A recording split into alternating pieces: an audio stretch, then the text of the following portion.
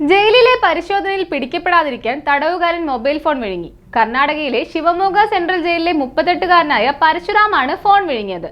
മറ്റ് ഫോണുകളേക്കാൾ ചെറുതായിരുന്നതിനാൽ മലവിസർജനം ചെയ്യുമ്പോൾ പുറത്തു വരുമെന്നും അപ്പോൾ വീണ്ടും ഉപയോഗിക്കാമെന്നും കരുതിയ പരശുറാമിന്റെ പ്രതീക്ഷ തെറ്റിച്ച് മൊബൈൽ ചെറുകുടലിനുള്ളിൽ കുടുങ്ങുകയായിരുന്നു.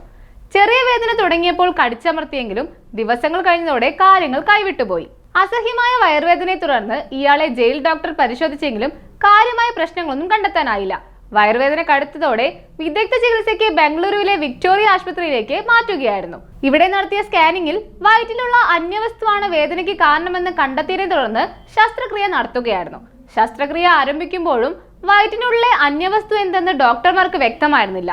പുറത്തെടുത്തപ്പോഴാണ് സിം കാർഡും ബാറ്ററിയുമുള്ള കീപാഡ് ഫോണായിരുന്നുവെന്ന് മനസ്സിലായത്. ഫോൺ നീക്കം ചെയ്തതോടെ പരശുറാമിന്റെ വയറുവേദനയും ശമിച്ചു. തുടർന്ന് പരിശോധനയിൽ പിടിക്കപ്പെടാതിരിക്കാനാണ് 20 ദിവസം മുമ്പ് ഫോൺ വിഴുങ്ങിയതെന്ന് തടവുകാരൻ സമ്മതിച്ചു.